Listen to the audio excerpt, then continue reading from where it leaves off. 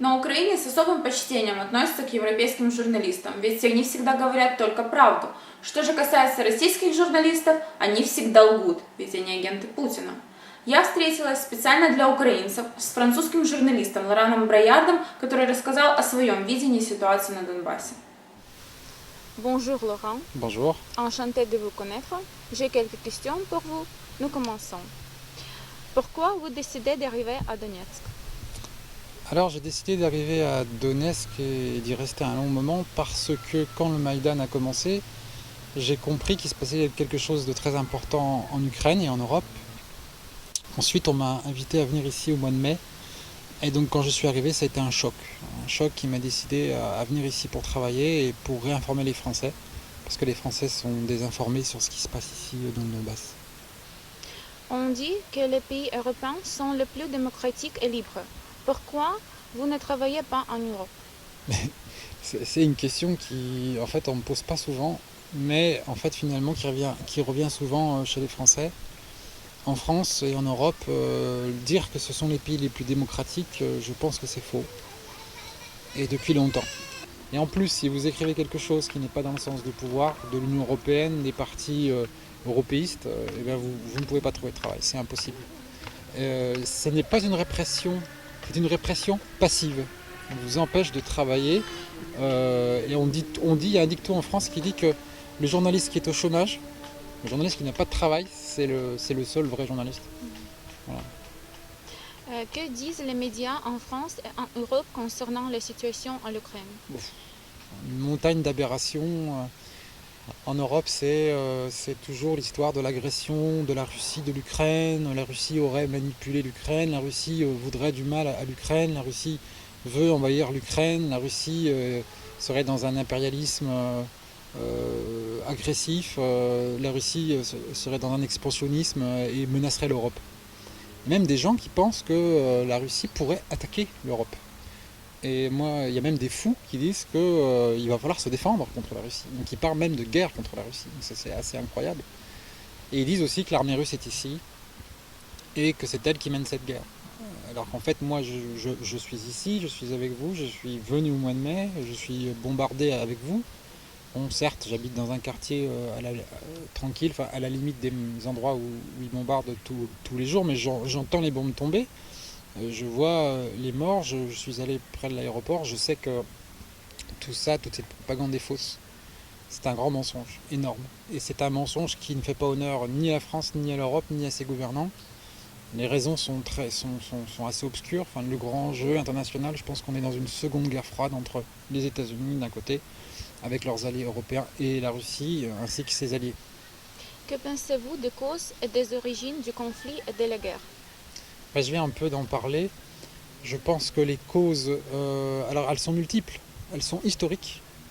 Donc il y a le poids de l'histoire. Le poids de l'histoire qui fait que ce pays de l'Ukraine, pour moi c'est... Alors mon livre que j'avais écrit s'appelait au départ l'Ukraine, ce pays imaginaire. Comme s'il n'existait pas.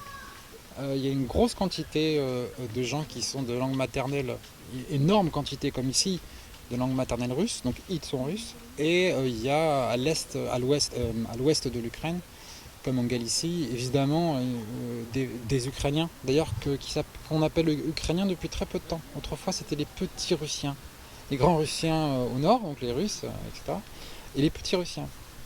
Donc le concept de l'Ukraine vient du fin du 19e siècle, début du 20e, quand les nationalismes sont nés au 19e siècle. Donc ça c'est une première raison.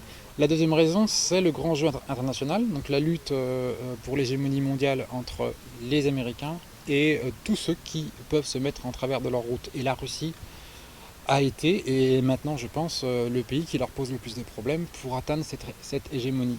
Et je comprends l'inquiétude des Russes, parce qu'évidemment quand on voit les troupes américaines aux frontières de la Russie, c'est pas très bon. Et j'imagine la réaction des Américains s'il y avait des troupes russes au Mexique ou à Cuba. À mon avis, les Américains ne seraient pas très contents. Qui bombarde le Donbass? Alors, c'est clair, le Donbass est bombardé par l'armée ukrainienne du régime de Kiev, de Poroshenko et d'Yatsenyuk, un régime, la Runt de Kiev, comme on l'appelle, un régime qui a fait un coup d'État coup d'État qui a été supporté alors de plusieurs manières par les Américains, par l'Union européenne, avec de l'argent, avec du soutien médiatique, en expliquant aux Européens que le Maïdan, voilà, c'est une révolution démocratique, que tout sera bien pour l'Ukraine, que l'Ukraine va vivre libre et qu'en face, il y a les méchants russes qui veulent les empêcher d'être libres. C'est une propagande très simpliste, très naïve, mais qui fonctionne remarquablement en France et en Europe, hélas. L'Ukraine veut entrer à l'Union européenne. Il y a longtemps que la France est un membre de l'Union européenne. Quels sont les avantages et désavantages de l'adhésion à l'Union? Alors, la France est un membre fondateur de l'Union européenne. Ils étaient 6. Donc c'est même plus que ça. La France a fondé l'Union européenne avec l'Allemagne, l'Italie, les pays du Benelux, donc Luxembourg, Belgique, Pays-Bas et l'Italie. Donc c'est l'Union européenne, en France on connaît bien, c'est sûr. Je pense qu'il y a plusieurs unions européennes. Les avantages de l'Union européenne, c'est celle du traité de 1957. En 1957, il y a le traité de Rome. C'est la circulation des biens et des citoyens. Ça, c'est l'avantage. C'est-à-dire que tout Européen peut aller en Europe comme il veut, avec simplement son passeport, sa carte d'identité. Et ça permet aussi aux gens de travailler dans un pays ou l'autre. Et ça permet aussi à tout homme d'affaires de vendre, que les marchandises circulent sans qu'il y ait de problème. Donc ça, c'est le point positif. Hélas, l'Union européenne, maintenant, c'est pas que ça. Donc l'Union européenne, c'est une série de lois, c'est Bruxelles qui impose des lois. Et là, par contre, ce sont des lois qui sont très souvent liberticides. On voit le résultat, par exemple, en 2005, la France a voté contre le traité le nouveau traité qui était proposé par l'Union européenne à 57%. Et nos dirigeants nous ont forcés à accepter ce traité alors que nous avions voté contre. Donc on voit là l'exemple, nous votons, on dit non, et nos dirigeants disent « Ah non, non, vous vous êtes trompé, ça sera oui ». Et ça, c'est l'Union européenne. Donc on voit que c'est déjà plus la liberté du tout. Et l'Ukraine se fourvoie si elle pense que dans l'Union européenne elle sera libre. Dans l'Union européenne, elle ne sera que un membre faible, un membre qui sera exploité pour ses richesses, donc on va la voler. Et les citoyens seront réduits. Alors ce n'est pas de l'esclavage, mais en France on parle beaucoup des plombiers polonais. Donc pendant un moment, les plombiers polonais, c'était un petit peu quelque chose qui ressortait beaucoup dans la presse, parce qu'il était très peu cher. Alors bientôt on aura peut-être le plombier ukrainien à 100 € ou 200 € par mois, alors que le salaire moyen d'un Français est autour de 1200, 1500 €. Donc ils ne se rendent pas compte, les Ukrainiens, qui vont devenir les marrons de la farce. C'est eux qui vont être les premières victimes. Ils seront des victimes. Comment évaluez-vous les perspectives politiques, économiques et militaires de l'Ukraine? Militaire, il est clair que les États-Unis ainsi que l'Union européenne fournissent en cachette de l'équipement. Alors en cachette ou non, beaucoup d'argent. Ils ont donné beaucoup d'argent à l'Ukraine. Donc l'Ukraine est soutenue militairement, bien que aussi par des instructeurs, l'envoi d'instructeurs américains, canadiens, allemands, uniformes, casques, etc., du matériel de guerre, et on le sait, des munitions, des armes, etc. De manière économique, l'économie ukrainienne est détruite. Je pense qu'on ne peut pas dire autrement. Elle est détruite et elle est aussi perfusée. Elle est perfusée par l'Europe et par le FMI et par les Américains.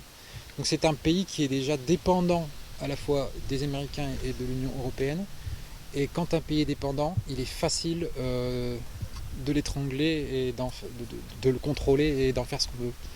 Donc l'Ukraine est dans un grand danger, et ce sera le peuple ukrainien qui va payer l'addition, qui sera la victime. Et ça, le peuple ukrainien, j'espère qu'il comprendra, parce qu'ils sont vraiment dans une mauvaise passe. Ils ne savent pas ce qui va leur arriver, mais à mon avis c'est très grave pour eux.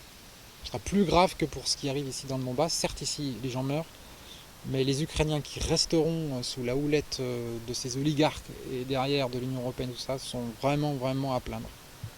Merci beaucoup, Laurent. Merci à vous, Marina.